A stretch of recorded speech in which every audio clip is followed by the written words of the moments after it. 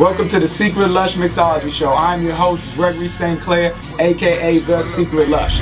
I'm a certified mixologist, certified level 2 intermediate wine expert, and just an overall cool guy. Walk with me in my world of mixology as I show you how to make some of the most awesome cocktails you've ever seen in your life. This show is going to be fun-filled, not your average mixology show. We're going to have guests from the fashion world, from the music industry, and also from the food industry. So stay tuned and be prepared for this season of the Secret Lush Mixology Show. Welcome to episode 2 of the Secret Lush Mixology Show. I'm your host, Gregory St. Clair, aka The Secret Lush. I'm super duper excited about this show. I have a special guest straight out of the fashion world. As you can tell by my exquisite bow tie, he's just taking over the fashion world, taking it by storm, and I'm super excited. So the basis around this episode is going to be classic cocktails. I like to think I'm a classy guy. My guest that I'm bringing on, he's definitely a classy guy. Let me bring him on here, my guy Hector Williams. Give it up in the audience out there for Hector Williams. Gee, what's up, baby? What's up, man? How you Hey, doing, I'm bro? good, man. My man, to start off, what I like to do, I like to tell all my guests to do is grab your measuring cup anytime you get ready to make a cocktail. Measuring is very important. So pour 2 ounces of the spirit right into the measuring cup. Dump that into the mixing glass. Then we'll do 1 ounce of the yellow tomato puree. Dump that right into the mixing cup. And a 1/2 ounce of the fresh lemon. Do a 1/2 ounce of the fresh lime.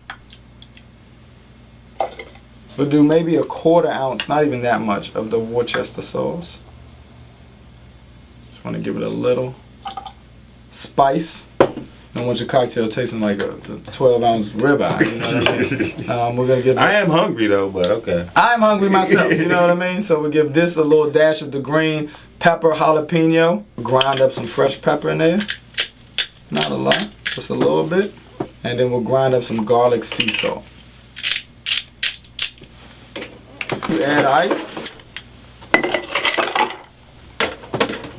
And it's always important, like I tell people to try to center the mixing tin over the glass. So that way when you smack it, you know, you're not getting any ingredients coming out of the tin. You get a nice little shake. Give me two steps back. You get a nice little shake right here.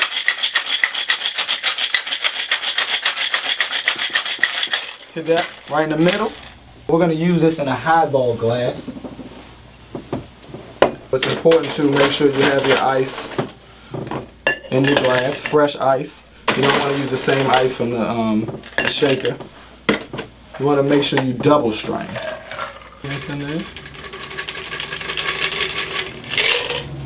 I like to garnish it with maybe 2 or 3 of the yellow tomatoes there, and give it a little lemon garnish as well, a little lemon wheel. And basically here you go. You have your Bloody Mary cocktail with a twist. Rewind that shit back. We have 2 ounces of Tito's handmade vodka, 1 ounce of yellow tomato puree, 1/2 ounce of fresh organic squeezed lemon juice, 1/2 ounce of fresh organic lime juice, a dash of green pepper jalapeno sauce, 1/4 ounce of Worcester sauce, grind up a little bit of pepper and garlic sea salt, and you have your yellow tomato puree Bloody Mary. Let's get into this cocktail. It's going to be 1.5 ounces of gin.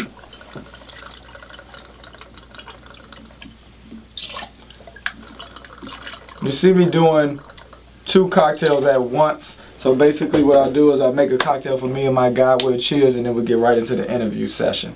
We're going to do a 1/2 ounce of the fresh lemon juice.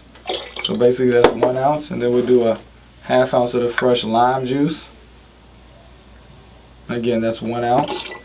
Since we're making 2 cocktails, we're going to do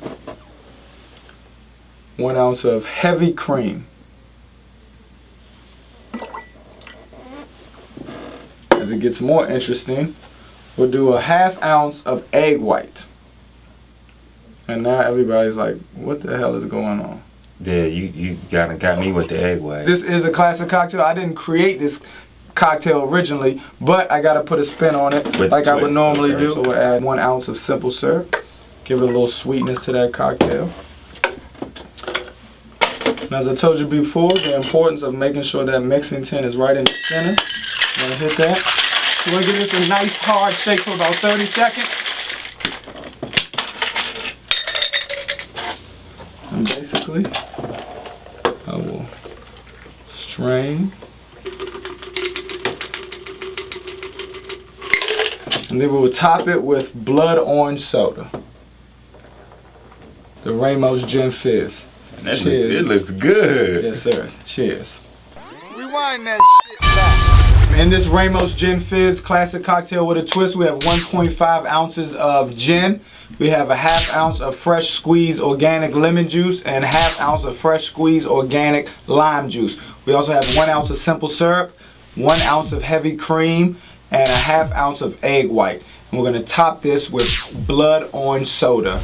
So as promised, Hector Williams, aka Hectize, please tell the people who you are, what you do. Well, my name again is Hector Williams. I am a neckwear designer. Recently, I have also incorporated custom clothes. So that would include custom shirts as well as custom suits. And I also do custom fitted shirts for women. If you guys notice, my fly fancy necktie is sponsored by Hectize.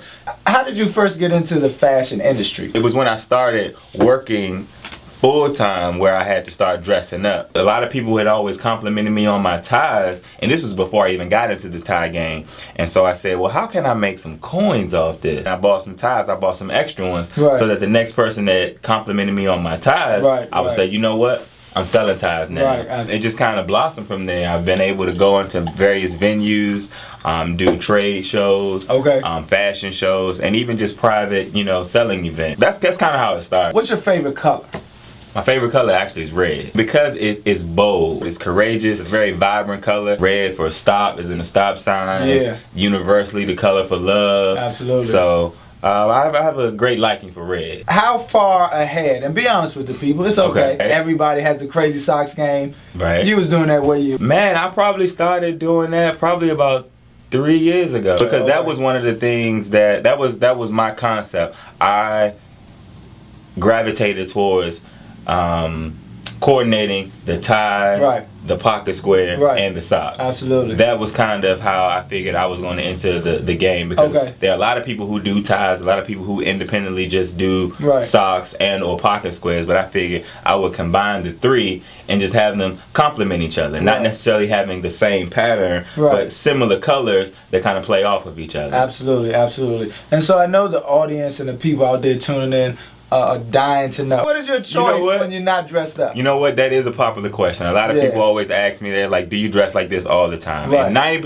of the time I do because this is how I make my money. You know what I mean? So I'm a walking billboard from that standpoint. But because I've been doing this for so long, this is actually comfortable to me. As compared to most people who they just kind of got to rush and get out of it. For me, it's not like that. So what do you have coming up in the next year that people should be on the lookout for? That's gonna take your brand to the next level. And how do you plan on position that in the marketplace to let people know? That's a good question. Okay, well right now I'm actually working on my own line. Probably within the next quarter, 3 or 4 months, you will be seeing my ties with my name on it. You know what I mean? And that's the Hectize. That's the Hectize. So not neckties, but Hectize. Remember that, y'all. Yeah, absolutely. Remember that. You see this fly ensemble I got right here, you know what I mean? So yeah, Hectize. All right, that's cool. And my final question, it's hot as shit, ain't it? Champagne